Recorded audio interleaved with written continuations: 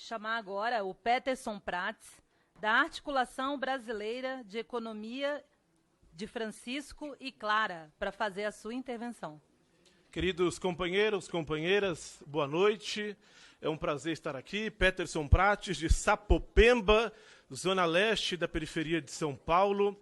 Venho aqui em nome da Articulação Brasileira para a Economia de Francisco e Clara, também no Conselho Nacional de Economia Solidária, pela cadeira da Comissão Sócio-Transformadora da Conferência Nacional dos Bispos do Brasil, a CNBB. Então, em primeiro lugar, manifestar o compromisso do conjunto das pastorais sociais com essa agenda aqui, com a pauta do Sistema Nacional de Finanças Solidárias do Brasil. Então, primeiro, essa manifestação. E esse compromisso vem também pelo apelo da grande liderança global hoje, que é o Papa Francisco. Ele, em 1º de maio, Dia do Trabalhador e da Trabalhadora de 2019, ele escreveu uma carta para as juventudes, chamando a gente, convocando a construção de uma economia diferente. Uma economia que faz viver e não mata, uma economia que cuida da criação e não a devasta, uma economia que humaniza e não desumaniza. E nós, de pronto, respondemos que no Brasil há tanta gente que constrói essa economia. A economia solidária, os militantes que estão aqui nesse grande mutirão, né? Todos aqueles que constroem também finanças solidárias, finanças populares. Porque a gente precisa observar e olhar as nossas periferias como potências econômicas. Muita gente olha para as nossas favelas, nossas periferias, só como espaços de ausência de política pública, de ausência de direito, ou então, né, como espaço de violência. Nós olhamos as nossas periferias como potências econômicas. E para isso valer cada vez mais, nós precisamos das finanças solidárias, que é a única forma da gente barrar a financiarização do mercado. Francisco tem dito que é justamente a financiarização do mercado, que já ocupou também a política, que traz o resultado da catástrofe social que a gente vive no mundo hoje.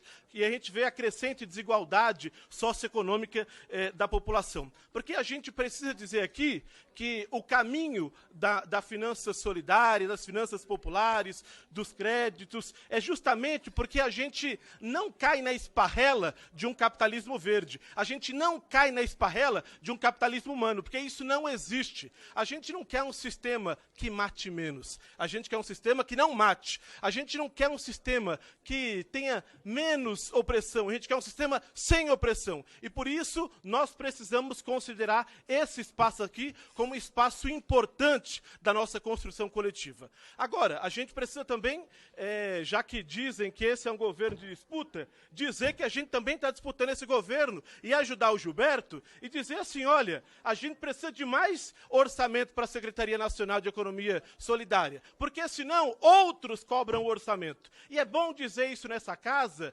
quando muitas vezes nos falta orçamento e não falta orçamento para aqueles que algumas vezes sem transparência esbanjam emendas. Então a gente precisa também dessa denúncia, porque da onde você tira e não põe, acaba. Então, se nos falta orçamento, é porque sobra orçamento para muita gente. E essa casa aqui é responsável por isso também. Então a gente precisa dizer isso. E, para ir encerrando, dizer que vale a pena também a gente resgatar, e foi falado já do pioneirismo da deputada Luiza Erundina nessa pauta, resgatar todo o trabalho a partir do projeto de lei complementar 93 de 2007, onde já ali a gente iniciava essa construção de estabelecer, né, a Política Nacional de Finanças Populares e Solidárias.